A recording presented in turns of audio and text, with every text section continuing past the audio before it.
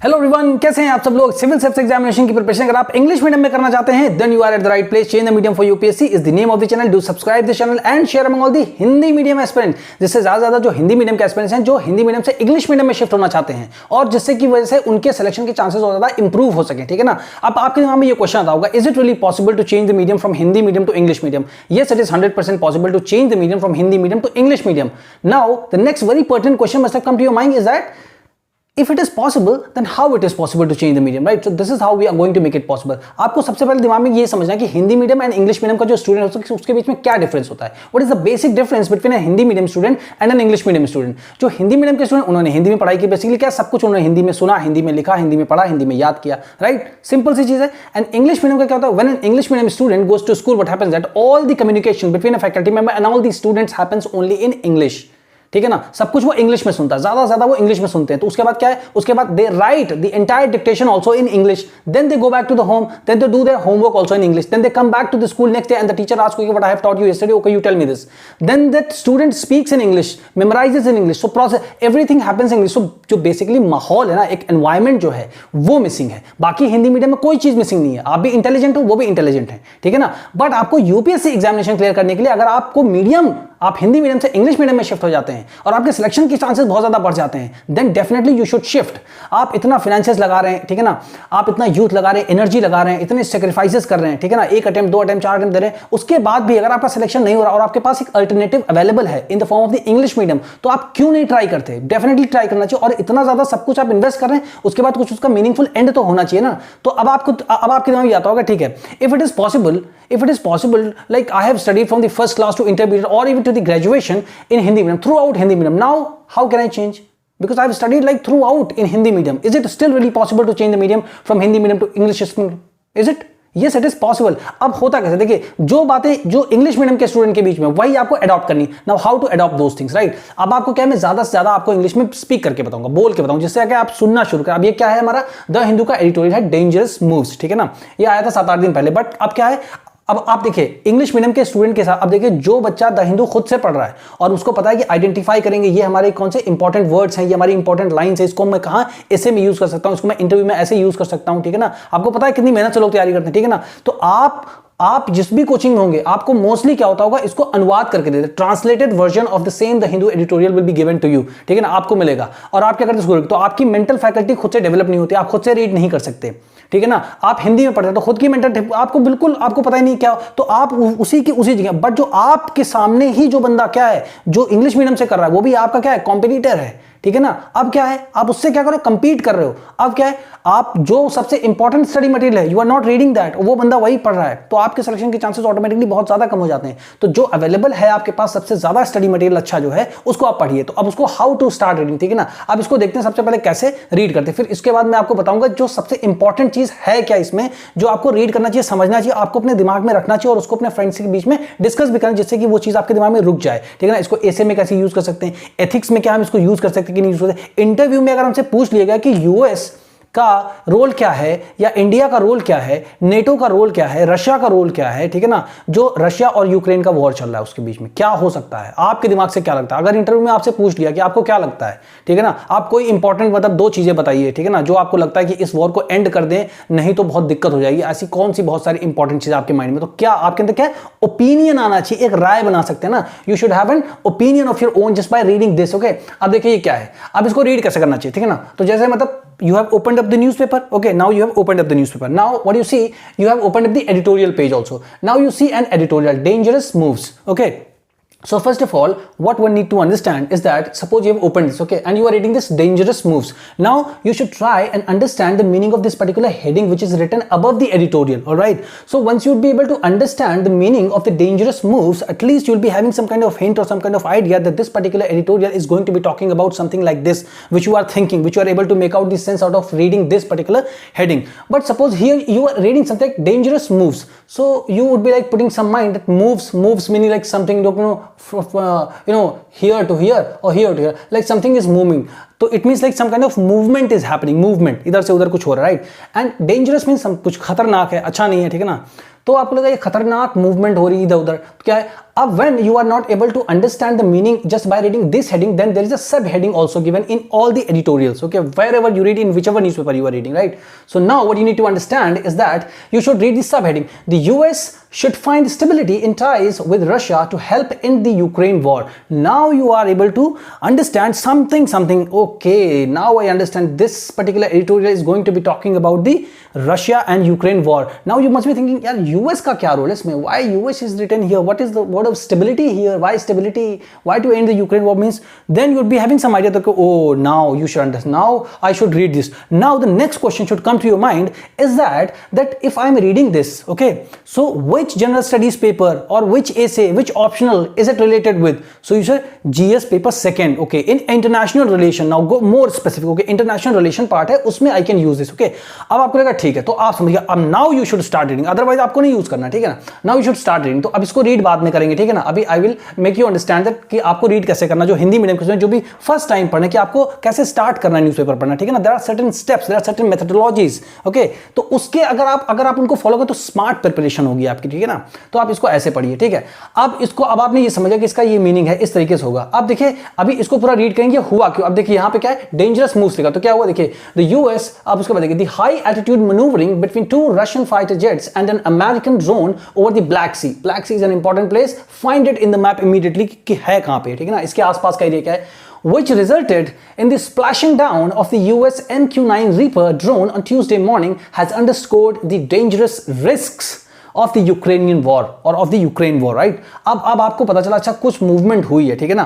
तो अभी इसको ऐसे समझते हैं, ठीक है. अब देखिए, मैन्यूवरिंग मतलब क्या होता है, बहुत ही क्विक मूवमेंट होती है किसी चीज. जैसे मान लीजिए कि यहां पर ये हमारा ब्लैक सी, ठीक है ना, और ब्लैक सी के ऊपर यूएस का ये आया, कौन सा आया, MQ Reaper 9 आया, ठीक है ना. और ये क्या था, एक ड्रोन था, ठीक है ना. और उसके बाद रशियन फाइटर जेट्स भी आए तुरंत, ठीक है ना. ब्लैक सी के ऊपर क्विक शिफ्टिंग हुई, बहुत ज्यादा मूवमेंट हुआ, ठीक है ना, फटाफट इन दोनों के बीच में. और उसमें क्या हुआ, जो रशियन फाइटर जेट्स थे उन्होंने इसको स्प्लैश डाउन कर दिया वाटर में, यूएस के MQ-9 Reaper ड्रोन को, ठीक है. अब इसका मतलब क्या, डेंजरस मूव्स, मतलब ये दोनों खतरनाक मूव्स हुए. अब आप समझिए, अच्छा तो ऐसे आप मीनिंग निकालना सीखिए, धीरे धीरे आप सक्षम हो जाएंगे, ठीक है ना, समझने में, ठीक है. अब ये तो हो गया. अब उसके बाद क्या देखिए, यहां से यहां तक इसको आप रीड कर लीजिएगा, ठीक है ना. सेकंड पैराग्राफ जो है वो सबसे इंपॉर्टेंट है और आपको समझ में आना चाहिए कि इसका मतलब है क्या, क्यों हम इसको रीड कर रहे हैं. जब आप इसको पढ़ने के बाद मार्केट में निकले या कुछ भी बाहर जाने को निकले, then at least you should be having some kind of things in your mind that okay, I have read the editorial today and this particular editorial is talking about these points and I can use this point. अगर आपसे interview में पूछ लिया तो आप at least should be able to say something out of, right. So let's start from here, okay. The US has provided over 30 billion in military assistance. $30 billion. Can you imagine the amount of money? $30 billion. You must have heard about the physics वाला, आपने physics वाला के बारे में सुना होगा. उनको कितने की मिली funding, $1.1 billion. That means 8,000 crore आपने सुना होगा, ठीक है ना. और वो यूनिकॉर्न बन गया, 8,000 करोड़. तो 1.8,000 करोड़ इक्वल्स टू $1.1 बिलियन, ठीक है ना. 8,000 करोड़, 8,000 रुपीज जो है ना हमारे इंडिया में, 8,000 crore rupees equals to $1.1 billion, ठीक है ना. 8,000 करोड़ रुपए जो है वो 1.1 बिलियन के बराबर हैं, ठीक है ना. अब सोचिए, इन्होंने $30 बिलियन दिए, $30 बिलियन. अब आप इसको मल्टीप्लाई करें तो लगभग आपका आएगा 240,000 करोड़, 240,000 करोड़, 240,000 करोड़ रुपए. और इन्होंने किस लिए दिए, the US has provided over $30 billion in military assistance including advance defensive and offensive weapons, ठीक है ना. एडवांस डिफेंसिव मतलब खुद की जो है रक्षा कर सके, कौन, यूक्रेन अपनी खुद की रक्षा कर सके, ठीक है ना. और ऑफेंसिव वेपन्स जो जाकर के रशिया में जब वो मतलब जो है ऐसी मिसाइल्स करें जिससे कि उनको नुकसान हो रूसों को, ठीक है ना, रशिया को, टू यूक्रेन, ठीक है ना. अब देखिए, US has provided over $30 billion in military assistance including advanced defensive and offensive weapons to Ukraine since the Russian invasion began. जब से रशिया का युद्ध, जब से रशिया ने अटैक इसके ऊपर करना स्टार्ट किया, तब से यूएस ने अभी तक $30 बिलियन. अब देखिए, ये सब कुछ तो आप रीड कर सकते, समझ सकते कि है क्या, बट यही एक पॉइंट है सबसे इंपॉर्टेंट कि इसको आपने समझ लिया तो आप इसको इंटरव्यू में अगर आपसे पूछा तो क्या बता सकते हैं. देखिए, आप इसको देखिए, सबसे पहले क्या है, जो यूक्रेन है, तो यूक्रेन में क्या है, वीट बहुत ज्यादा होता है, ठीक है ना, वीट, ठीक है. तो वर्ल्ड में वीट बहुत ज्यादा एक्सपोर्ट होता है वहां से. अब क्या है, रशिया ने हर तरीके से उनका रास्ता बंद कर रखा है, ठीक है, रास्ता बिल्कुल रोक दिया. अब उनका जो वीट है वो कहीं ज्यादा एक्सपोर्ट नहीं हो पा रहा है, ठीक है ना. और स्टोर करने के लिए स्टोरेजेस पे भी बहुत ज्यादा हमले किया जा रहे हैं, बॉम्बिंग की जा रही है, तो स्टोरेज भी नहीं हो सकती। अब ये पूरे वर्ल्ड में सबसे ज्यादा एक्सपोर्ट करता है व्हीट को, हम भी इंपोर्ट करते हैं, ठीक है ना, अदर कंट्रीज भी करती है। तो अब इससे क्या होगा, फूड इन्फ्लेशन, खाना जो हमारे खाने के पदार्थ हैं, जो हमारा गेहूं है, व्हीट है, उसकी महंगाई बढ़ेगी क्योंकि उसकी उपलब्धता यहां पे कम हो जाएगी, ठीक है ना, बहुत ज्यादा कम मात्रा में आएगा वो, ठीक है ना, आ ही नहीं पा रहा है, ठीक है। तो अब उससे क्या इन्फ्लेशन बढ़ सकती है, महंगाई बढ़ सकती है, ठीक है ना। अब आप ये भी सोचो कि जब यूएस सिर्फ इनको क्या कर रहा है, देखिए मिलिट्री असिस्टेंस। अब असिस्टेंस मतलब क्या होता है, जब आप किसी होटल में जाते हैं, sir how may I assist you, how may I assist you, मतलब मैं आपकी क्या हेल्प कर सकती हूँ, आपको वहां जाना है, कौन सा रूम लेना है, क्या आपको डिश खानी। तो असिस्टेंस मतलब ये होता है कि कैसे आपको मैं हल्की सी मदद कर दूं। तो ये हल्की सी मदद में इन्होंने $30 बिलियन दे दिए इनको, हाँ, $30 बिलियन। ओके, अब $30 बिलियन कितना होता है, 240,000 करोड़ रुपीस, ठीक है, इतना होता है इंडियन रुपीस में। अब सोचिए अगर ये खुद से लड़ाई करेंगे, अगर मान लीजिए अगर यूएस खुद इन्वॉल्व हो गया रशिया से लड़ाई करने में, ठीक है ना, रशिया और यूएस का अगर वॉर हो गया, ठीक है ना, यूक्रेन के चक्कर में, तो सोचिए जब $30 बिलियन, तो ये असिस्टेंस में दे रहे हैं, केवल ऐसे ही कि तुम बेटा लड़ो, मैं तुम्हें जो है हेल्प कर रहा हूं थोड़ी सी। जब ये खुद यूएस लड़ाई करेगा, खुद जब यूएस का वॉर होगा रशिया से, तब आप सोचो द अमाउंट ऑफ मनी, कितना ज्यादा पैसा खर्च होगा, ठीक है, आप अंदाजा नहीं लगा सकते। तो पूरी दुनिया में इन्फ्लेशन का खतरा आ सकता है। तो आप ये बताइए इंटरव्यू में कि पूरे वर्ल्ड पे जो है क्या है, इन्फ्लेशन हो सकती है, ठीक है ना, उससे क्या इकोनॉमी तहस नहस हो सकती है, फूड इन्फ्लेशन बहुत ज्यादा बढ़ सकती है, भूखमरी लोगों के अंदर, ठीक है ना, बहुत ज्यादा लोगों की डेथ्स हो सकती है, ठीक है ना। उसके बाद क्या है, अगर बहुत ज्यादा लोगों की डेथ होगी तो क्या है, तो क्या हो सकता है, जैसे हमारे ये ना, ये हमारा कौन सा है, कोरोना, ठीक है ना, इस तरीके की कोई वायरस फैल सकता है, ठीक है ना। तो ऐसी चीजों को आपको दिमाग में रखना है, 5-6 पॉइंट, ठीक है ना। इन्फ्लेशन बढ़ सकती है। अब एक्सपोर्ट जो करता है, व्हीट को एक्सपोर्ट नहीं कर पा रहा है, ठीक है ना। तो अगर ये सारी तो क्या है, हमारे देश में भी आता है व्हीट, ठीक है ना, वहीं से आता है ज्यादातर। तो जब व्हीट वगैरह हम भी वहां से ले रहे हैं, इंपोर्ट कर रहे हैं, और वो पूरे वर्ल्ड को कर रहा है, एक्सपोर्ट कर रहा है, ठीक है ना, यूक्रेन। तो जब वो सब एक्सपोर्ट नहीं कर पाएगा तो क्या होगा, तो उनके वहां की तो इकोनॉमी खराबी होगी, बाकी अदर पूरी दुनिया पर भी असर पड़ेगा, ठीक है ना। फूड इन्फ्लेशन बढ़ेगी, ठीक है ना, तो महंगाई बढ़ेगी, ठीक है ना। तो इस तरीके से एक एक पॉइंट को मतलब ऐसे हिसाब से आपको निट करना है, जोड़ना कि ये point, so this point will lead to this point, so this point will lead to this point, so this point. तो ऐसे करके ही तो स्मार्ट प्रिपरेशन होती है। आपने पॉइंट्स बनाए 4-5, अब आप उसको एक्सप्लेन कर सकते हैं, ठीक है ना। इस हिसाब से आपको इसकी प्रिपरेशन करनी है, ठीक है। अब इसको रीड करके आपको मैं बताता हूं, सो आपको अच्छे से समझ में आएगा, ठीक है। आपकी एक ओपिनियन डेवलप हो जाएगी, ठीक है। अब देखिए हमने यहां तक तो पढ़ लिया था, ठीक है। अब इसके बाद in conflicting narratives about the incident the Pentagon says. अब देखिए पेंटागन क्या होता है, अब देखिए पेंटागन क्या है, यूएस का मिलिट्री बेस है। तो जो न्यूज़पेपर लिखा जाता है वो थोड़ा सिंबॉलिक लैंग्वेज में लिखा जाता है, ठीक है ना। अब यहां पे यूएस भी लिख देंगे ना तो भी कोई दिक्कत नहीं, यूएस भी सही है, बट पेंटागन क्या है, यूएस का मिलिट्री बेस है, that is why it is written, क्योंकि ये चीज जो इंसिडेंट है that is related with the military वाला काम से रिलेटेड है, ठीक है ना। सो अब क्या answer, the Pentagon says the Russian Su-27 intercepted the surveillance drone, ठीक है ना, in the international air space, dumping fuel on the drone. जो इनका ड्रोन था उसके ऊपर क्या डाल दिया, बहुत सारा फ्यूल डाल दिया, colliding with it and forcing it down, ठीक है ना। और उसको क्या किया, पानी में गिरा दिया, क्या हुआ, स्प्लैशिंग डाउन कर दिया, ठीक है ना, लैंडेड इन द सी हो गया, ठीक है ना, यूएस का ड्रोन, ठीक है। अब मतलब रशिया यहां पे एक तरीके से जीत गया, ये आपको समझना, ठीक है, यहां तक। तो आप ऐसे रीड करना स्टार्ट करिए, आपको मीनिंग भी पता चल रहा है, और आपको वर्ड मीनिंग नहीं लिखना है, ऑलराइट। और जो भी आप इसका शॉर्ट नोट्स बनाइए, ठीक है ना, वो जो ये पर्टिकुलर नंबर आपको दिख रहा है ना, व्हाट्सएप नंबर, इस पर आप सेंड कर सकते हैं, ठीक है ना। तो आपको मैं थोड़ा सा एक्सप्लेन करूंगी how to improve, how to make notes, ठीक है ना। और उसके बाद जो भी आप इसको समझे उसको इंग्लिश में बोलने की कोशिश करें, और उसका वॉइस नोट्स इस नंबर के आप जो आराम से सेंड कर सकते हो, right. So I be helping you out on that also, right. So यहां तक हो गया हमारा, ठीक है। अब उसके बाद क्यों, जब ये सब हो गया तब रशियन मिनिस्ट्री जो है ना, रशिया की डिफेंस मिनिस्ट्री, उन्होंने कुछ बोला। जब इन्होंने कुछ बोला, यूएस ने बोला, तो रशिया ने भी बोला कि Russian defence ministry said that it's jets were scrambled, ठीक है ना, after a US drone violated it's temporary air space of the Crimean peninsula declared for its war in the Ukraine, ठीक है ना। जब से वॉर यूक्रेन पे Russia ने डिक्लेयर किया है, तब से जो इनका क्रीमियन पेनिनसुला है उसको उन्होंने क्या टेम्परेरली अपना एयर स्पेस बना रखा है, ठीक है ना। तो उस एयर स्पेस के आसपास ही आए तो मतलब उसको वायलेटेड किया, मतलब उल्लंघन किया, ठीक है ना, किसने, तो इमीडिएटली क्या हुआ, ठीक है ना, इमीडिएटली क्या हुआ, स्क्रैम्बल्ड मतलब जो है इमीडिएटली पहुंच गए, कौन, जो हमारे रशिया, ठीक है ना, रशिया के जो फाइटर प्लेन्स थे वो पहुंच गए तुरंत, ठीक है ना। तो उनके यूएस के ड्रोन को उन्होंने क्या किया, स्प्लैश डाउन कर दिया, ठीक है ना, ये हो गया। तो अब इसका मतलब क्या समझ गए, डेंजरस मूव्स हुए हैं कुछ, ठीक है ना, कहां हुए, ब्लैक सी के ऊपर, ठीक है, ऐसे करके आपको समझना है, alright. So now I think you must have understood up to here, alright. So अब इसको यहां से स्टार्ट करते, ठीक है। And that the American aerial vehicle lost altitude in sharp manoeuvring, ठीक है ना। तो शार्प मैन्यूवरिंग बताया ना, बहुत ही क्विक मूवमेंट हुआ ऊपर, ठीक है ना।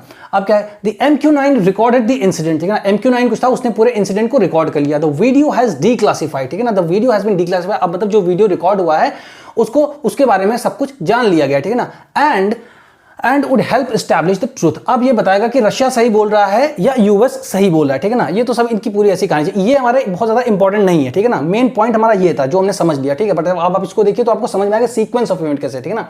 But whatever the reason, मतलब जो भी कुछ मतलब रीजन रहा हो, जो भी कुछ कारण रहा हो, the fact that the US lost a drone in the Black Sea, ठीक है ना। यूएस का जो ड्रोन था वो कहां पर, वो ब्लैक सी में लॉस्ट हो गया, ठीक है ना। Where it does not have even a naval presence, ठीक है ना, जहां पर कोई भी नेवल प्रेजेंस नहीं है यूएस का, ठीक है ना। Is a grave reminder of how close the nuclear powers. अब न्यूक्लियर पावर्स कौन है? यूएस है, रशिया है, इंडिया है, चाइना है, जिनके पास भी न्यूक्लियर पावर्स हैं, जिनके पास भी न्यूक्लियर बॉम्ब्स हैं, उनको बोलते हैं न्यूक्लियर पावर्स, इंटरनेशनल लैंग्वेज, ठीक है ना। तो बोलते हैं reminder of how close the nuclear powers have come to a conflict, मतलब हल्की फुल्की तो लड़ाई होगी ना, तो बता रहा है कि कितना, देखिए कितने मतलब कितनी नजदीक आ गए, ठीक है ना, लड़ाई झगड़े के, ठीक है ना। While both sides have responded with maturity, ठीक है ना, जो लोगों ने बहुत ही गंभीरता के साथ मतलब जो है एक दूसरे को रिस्पॉन्ड किया, ठीक है ना। फिर उसके बाद क्या है, the underlying situation that triggered the crisis remains unchange, ठीक है ना। अब जो अंडरलेइंग सिचुएशन क्या है, जो रशिया, अब यहाँ पे अंडरलेइंग सिचुएशन का मतलब क्या है, जो रशिया और यूक्रेन का जो वॉर हो रहा है, ठीक है ना, वो जो है ना उसकी वजह से ये सिचुएशन स्टार्ट हुई है। बट वही चीज, बट ये रशिया और जो यूक्रेन का वॉर है उसकी जो सिचुएशन है, वो जो क्राइसिस है, वो रिमेन अनचेंज, वो बिल्कुल भी बदली नहीं है, ठीक है ना। अब यहां से बहुत इंपॉर्टेंट स्टार्ट, तो आप इसको रीड करिए, ठीक है ना। The US has provided over $30 billion in military assistance, ठीक है ना, including advanced defensive and offensive weapons to Ukraine since the Russian invasion began, and imposed tough sanctions on Moscow. Washington says it is not directly involved in the war. See, आप line देखिए, Washington says, America बोल रहा है, ठीक है ना, ये America की क्या है, अमेरिका की राजधानी है, कैपिटल है, तो Washington says it is not directly involve, मतलब सीधे तौर पर US is not involve in the war between the Ukraine and the Russia. फिर भी $30 बिलियन दे दिया, ठीक है। खुद लड़ाई करेंगे तो सोचिए $3000 लगाएंगे, आधी पूरी दुनिया की इकोनॉमी लगा देंगे ये, ठीक है ना। Washington says it is not directly involved in the war, ठीक है ना, but it is helping Ukraine defend its territories, मतलब यूक्रेन को केवल हेल्प कर रहे हैं कि अपनी वो जो क्षेत्र है उसको बचा सके, ठीक है ना, अपने एरिया को बचा सके। while Russia alleges that the collective west, अब ये जो वर्ड है ना कलेक्टिव वेस्ट, ऐसे ही आपको यही सारी चीजों को ध्यान में रखना। क्या है, अब ये जो कलेक्टिव वेस्ट है इसको बोलते हैं NATO, North Atlantic Treaty Organisation, इसमें 30 मेंबर्स हैं, ठीक है ना। और मोस्टली ये सब कहां से हैं, ये मोस्टली कहां से, यूरोप से है ना, ठीक है ना, हमारे यूरोप का मतलब जो कॉन्टिनेंट है वहां से, फ्रांस हो गया, जर्मनी हो गया, यूनाइटेड किंगडम हो गया, ये सारी कंट्रीज हैं, ठीक है। अब ये बता रहा है, अब रशिया कर रहा है जो ये कलेक्टिव वेस्ट है, सीकिंग टू डिस्ट्रॉय, मतलब रशिया को पूरी तरीके से खत्म कर देना चाहते हैं, ठीक है ना। एज, अब ये वर्ड बहुत इंपॉर्टेंट, इसको लिख लीजिएगा, ठीक है। फिर as the war drags on, ठीक है ना, अब जैसे वॉर लगातार चलता जा रहा है, with Russian failures to take a quick victory, ठीक है ना, रशिया फेल हो रहा है किस चीज में, बहुत जल्दी से जीत नहीं पा रहा है, इस चीज में फेल हो रहा है। The relationship between the Washington and the Moscow has broken down, ठीक है ना, जो भी मतलब संबंध थे, ठीक है ना, वो रशिया के बीच में और जो यूएस के बीच में वो खराब होते जा रहे हैं, ठीक है ना। Last month Russia suspended it's participation in the new start nuclear arms control treaty. अब ये new start nuclear arms control treaty है, ये बहुत इंपॉर्टेंट है, इसको आप यूज करिए, ठीक है ना। अब ये है किस टाइम की, कोल्ड वॉर एरा की है, कोल्ड वॉर एरा की, ठीक है ना। अब आप क्या what is the cold war, ठीक है ना। अब क्या है, देखिए अभी जो ये ट्रीटी की मीटिंग हुई उसमें रशिया ने पार्टिसिपेट नहीं किया, ठीक है ना, उसको सस्पेंड कर दिया, ठीक है ना। अब ये किस चीज से रिलेटेड है, ये कोल्ड वॉर से रिलेटेड है। अब कोल्ड वॉर होता है क्या है, अब देखो इसमें बता रहे क्या है, वेपन कंट्रोल मैकेनिज्म है, ठीक है ना, बिटवीन द टू कंट्रीज, ठीक है ना। वेपन कंट्रोल की मतलब कोई भी कंट्री जो है ज्यादातर मतलब जो है ऐसे बड़े बड़े बॉम्ब्स नहीं बनाएगी जिससे कि बहुत ज्यादा मास स्केल पे लोगों की जान जा सके, ठीक है। अब बाद में देखेंगे है क्या हमारा ये कोल्ड वॉर, ठीक है। अब ये इंपॉर्टेंट थी, ठीक है। Steadily deepening mutual distrust among ongoing conflict is a perfect recipe for disaster in great powers rivalry. So मतलब great power बताया था मैंने आपको, वहां होता क्या होता है, यूएस हो गया, रशिया होगा, चाइना हो गया, इंडिया, सबके ग्रेट पावर्स में आते हैं, ठीक है ना। US Russia basically, US Russia China, ठीक है ना। अब बताने की ये स्टेडी मतलब स्लोली जो मतलब गहराता जा रहा है, डीपनिंग, ठीक है ना। म्यूचुअल डिस्ट्रस्ट मतलब आपसी जो उनका मतलब जो है, जो उनका विश्वास है वो खत्म होता जा रहा है, ठीक है ना। Amid an ongoing conflict, जो अभी मतलब जो एमिड मतलब बीच में जो ऑन लगातार जो चलते जा रहा है, ठीक है ना। कौन सा, अब परफेक्ट रेसिपी है ये, मतलब ये परफेक्ट एक मतलब जो बताया जा रहा है कि अगर इनका विश्वास लगातार खत्म होता जा रहा है यूएस और रशिया का, तो इससे डिजास्टर मतलब बहुत ज्यादा खतरनाक परिणाम आ सकते हैं, ठीक है ना, ग्रेट पावर राइवलरीज के, ठीक है ना। Even if the Biden administration has clearly ruled out a direct conflict with Russia, irresponsible and high-risk maneuvering or even accident could lead to, as the Pentagon said, miscalculation and unintended escalation, ठीक है ना। अब ये miscalculation अगर हो गई, मतलब जहां पे ये हुआ, अगर यूएस ने समझ लिया कि मान लो रशिया ने अटैक कर दिया, तो क्या मिसकैलकुलेट कर लिया सिचुएशन को, ठीक है ना, और अनइंटेंडेड एस्केलेशन हो जाएगा। फिर क्या है, मतलब अनइंटेंडेड मतलब वो खुद नहीं चाहता यूएस की इसके ऊपर अटैक करे, ठीक है ना, या रशिया नहीं चाहता कि अटैक करे, बट ये जो ड्रोन वगैरह आए ब्लैक सी के ऊपर, अगर इनको समझ में नहीं आया तो बिना किसी इच्छा के भी एस्केलेशन मतलब बहुत ज्यादा बढ़ सकता है वॉर, ठीक है ना। तो ये चीज, बट ये सारी तो कहानी, मेन हमने इकोनॉमिक पॉइंट ऑफ व्यू समझिए यहां से, ठीक है ना, जो बहुत जरूरी था, ठीक है ना। The US and Russia already have a deconfliction hotline to avoid mid air collision, ठीक है ना। ये एक हॉटलाइन है यूएस और रशिया के बीच में, टू अवॉइड मतलब जो मतलब हटा सके किसी चीज को, मिड एयर कोलिजन, ठीक है ना। जैसे ये हुआ है, इसको हटाने के लिए एक ऑलरेडी डीकॉन्फ्लिक्शन हॉटलाइन है, ठीक है ना, in different theatres where they operate, ठीक है ना। They should use that mechanism around the Ukraine as well। अब ये बताना कि ये मैकेनिज्म जो है ना, डीकॉन्फ्लिक्शन हॉटलाइन, इसको जो है यूक्रेन के आसपास भी यूएस और रशिया को यूज करना चाहिए, कि जिसकी वजह से ऐसे इंसिडेंट जो है बार बार रिपीट ना हो सके, जैसे कि ब्लैक सी के आसपास हुआ, ठीक है ना। But a bigger challenging is to arrest the deterioration, अब ये वर्ड को याद कर लीजिए, मतलब क्या है कि स्थिति को बद से बदतर बना देना, खराब कर देना, ठीक है ना, of their bilateral relations which is now reminiscent, ठीक है ना, जो याद दिलाता है बायलैटरल हॉस्टिलिटी, ठीक है ना, hostility of the first 2 decades of the cold war, ठीक है ना। अब ये कोल्ड वॉर क्या है बेसिक, ठीक है ना, अब ये जानते हैं कि मतलब कोल्ड वॉर क्या है। अब जो कोल्ड वॉर है ना, सबसे पहले इसको ये समझते हैं कि cold war is not a hot war. तो हॉट वॉर क्या माइंड में आना चाहिए, जहां पे बहुत ज्यादा इधर उधर बॉम्ब, जैसे वर्ल्ड वॉर 1, वर्ल्ड वॉर 2, ये हॉट वॉर है, ठीक है ना। अब कोल्ड वॉर क्या, आइडियोलॉजिकल वॉर है, ठीक है ना। कौन से आइडियोलॉजी की बात करें, कैपिटलिज्म एंड सोशलिज्म। अब कैपिटलिज्म क्या है, फ्री मार्केट इकोनॉमी को क्या करता है, सपोर्ट करता है, और सोशलिज्म क्या है, स्टेट कंट्रोल इकोनॉमी होती है। ये बेसिक, तो आप समझ गए। अच्छा, कोल्ड वॉर मतलब, तो कोल्ड वॉर का मतलब शीत युद्ध नहीं होता, ठीक है। इस तरीके से आप इसको समझिए। जो भी इंपॉर्टेंट आपको वोकैबुलरी बताई है, जो भी इंपॉर्टेंट लाइंस बताई है, उसको आप नोट करिए